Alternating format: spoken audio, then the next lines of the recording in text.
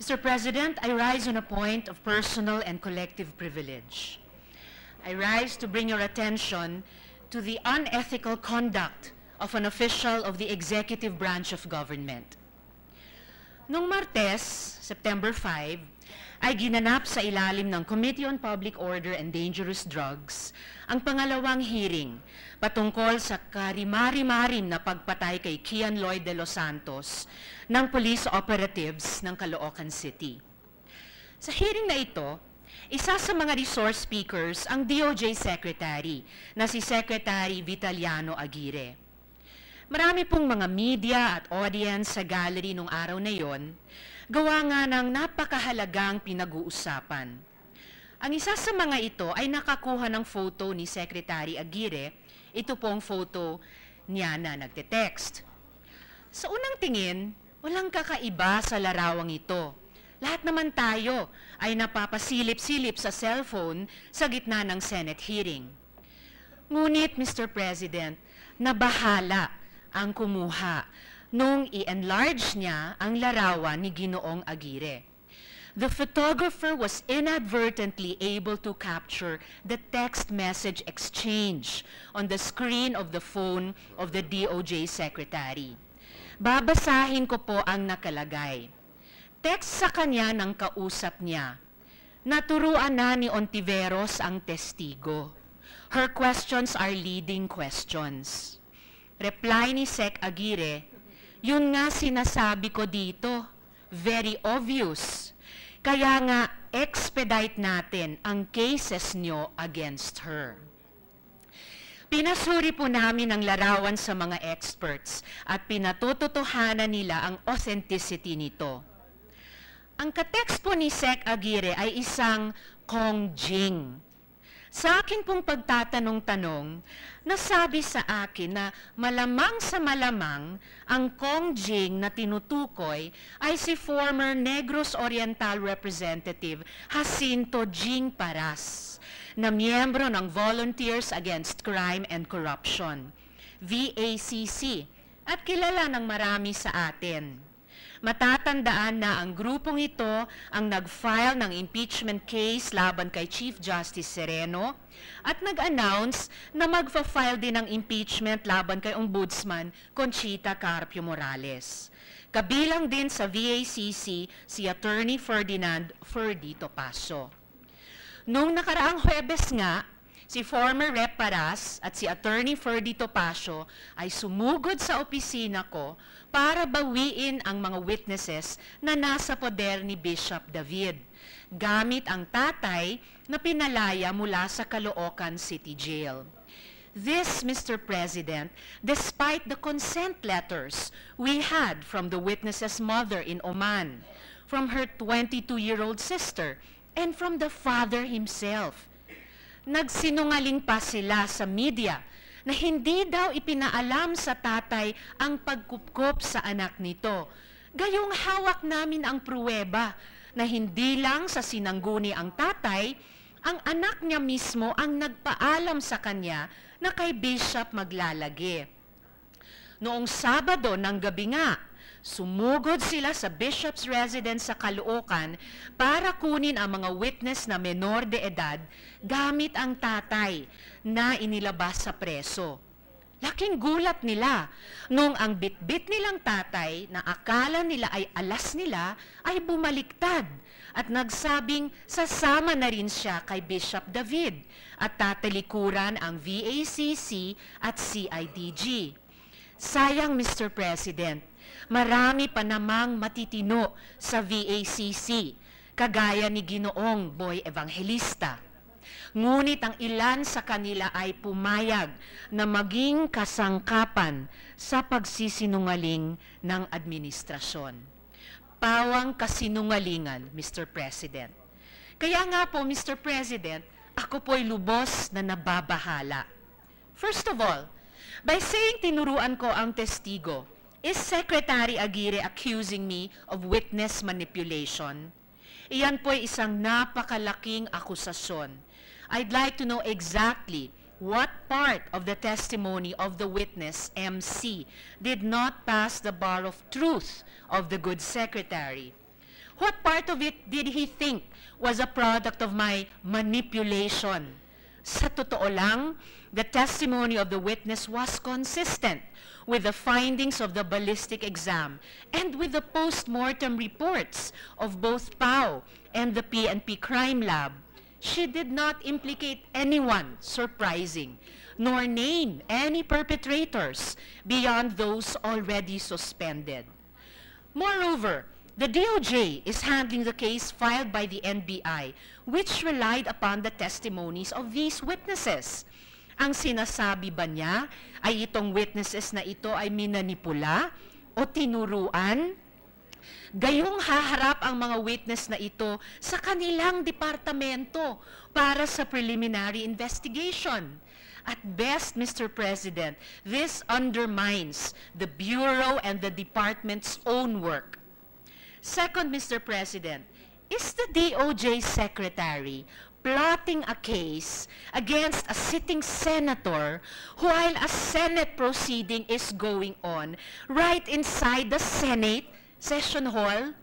Habang tayo'y naghihiring para makamit natin ang katarungan para sa isang 17-year-old na pinatay ng pulis na nakadapa sa lupa, mukhang ang pinagkakaabalahan ng ating Justice Secretary ay paano makaganti sa kanyang kalaban.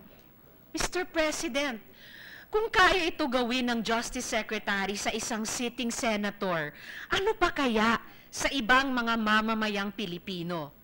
The culture of political vindictiveness that allows a Justice Secretary to make a mockery of justice springs from the same poisonous well as the culture of impunity that encourages some police personnel to plant evidence, fabricate stories about their targets, and become cold-blooded killers. Hindi ako magtataka, Mr. President, kung sa mga susunod na araw ay may mga kaso ng isasampalaban sa akin si Justice Secretary o ng kanyang mga galamay sa VACC. If the Justice Secretary wants to file cases against me, see you in court, Mr. Aguirre. Third, Mr. President, I can't help but think that this supports the growing perception that cases are being filed against members of the opposition in order to silence and harass us. Si Senator Laila, kinasuhan ng drug charges gamit ang mga testigo na convicted criminals, malinaw na paglabag sa batas hinggil sa state witnesses. I believe that public service is a public trust, and we, public officials, should be subjected to the highest scrutiny. But it seems to me that the motivation of the Secretary is not the pursuit of accountability, but the pursuit of political vendetta. Our laws on accountability should be weapons for truth and better governance, not weapons wielded against political opponents who do not toe the line. Mr. President, parliamentary immunity as guaranteed in our Constitution is an essential part of our polity. To quote the words of the Supreme Court in the case of Pobre versus Defensor Santiago, legislators are immune from deterrence to the uninhibited discharge of their legislative duties, not for their private indulgence, but for the public good. The privilege would be of little value if they could be subjected to the cost and inconvenience and distractions of a trial upon a conclusion of the pleader, or to the hazard of a judgment against them based upon a judge's speculation as to the motives. Close quote. I am calling on my colleagues in the Senate, Mr. President. Perhaps it is due time to review provisions of law, both in the Constitution and in the revised Penal Code, on parliamentary immunities and privileges, and our right, as well as the right of the people we represent, to be protected from these baseless suits. Opposition legislators voted by the people are charged on the flimsiest of evidence. Criminal cases are being used as weapons by the executive against the legislature. Let me spell out why the behavior of the Justice Secretary is so unethical, Mr. President, and so unbecoming a member of the civil service. Here is the Secretary of Justice, the head of the principal law agency of government, and whose functions include the prosecution of offenders. He has supervision and control over prosecutors who conduct preliminary investigations to determine whether or not there is probable cause against an accused. Kung sa simpleng lengguwahe ng kalye, ang opisina niya ang nagpapasya kung tutuluyan ang kaso laban sa akusado. Anyone with that kind of power must hold himself to the highest standard of impartiality. But this is apparently not important to the good secretary. Siya po'y nakikipagkuntsabahan sa isang grupo para magsampa ng kaso. Kaso na opisina din niya ang magpapasya kung may probable cause o wala. There are no words, Mr. President, for this kind of lutong Macau. There are no words. Mr. President, hindi na bago sa atin ang kapalpakan ng Secretary of Justice. Hindi ba siya din ang nagkalat nung kasagsagan ng pagbomba ng Marawi na sina Senator Bam at Senator Sani Trillanes ay nagpunta sa Marawi at nakapagpulong sa mga sangkot sa siege? Hindi ba opisina niya ang nag-downgrade ng kaso ng mga pulis na pumaslang kay Albuera Mayor Rolando Espinosa? Hindi ba siya ang nakipagkita kay Jack Lam sa isang hotel sa The Fort, bagamat si Jack Lam ay may mga hinaharap na kasong nakahain at iniimbestigahan? All these lead me to the conclusion, Mr. President, that there is no other respectable option but to call on the Justice Secretary to resign. He is in violation of Republic Act 6713, or the Code of Conduct and Ethical Standards for Public Officials and Employees. To quote Section 4B of the said law, public officials and employees shall perform and discharge their duties with the highest degree of excellence, professionalism, intelligence, and skill. They shall enter public service with utmost devotion and dedication to duty.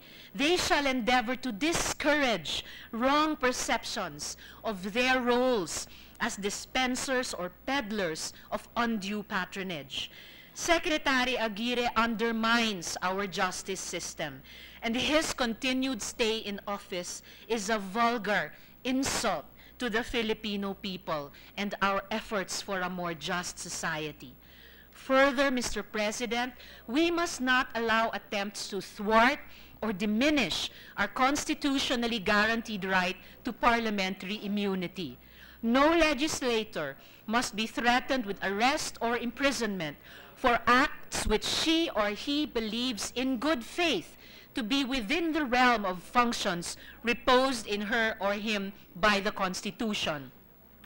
It is time we revisit the concept of parliamentary immunity from arrest to ensure that the legislator cannot be prevented from attending to her or his duty as a member of Congress.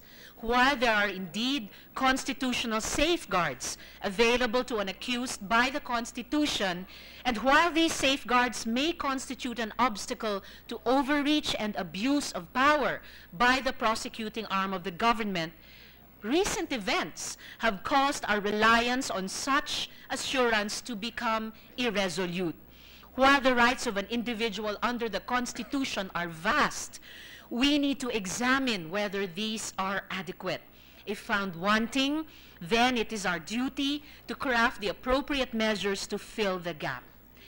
Given, Mr. President, that at the heart of this issue I bring before the Senate is the ethical conduct of a government official, and considering that I am seeking the review of our constitutional provisions on parliamentary immunity, I am respectfully moving to refer my speech to the Committees on Civil Service primarily and to the Committee on Constitutional Amendments and Codes secondarily. Marami pong salamat, Mr. President.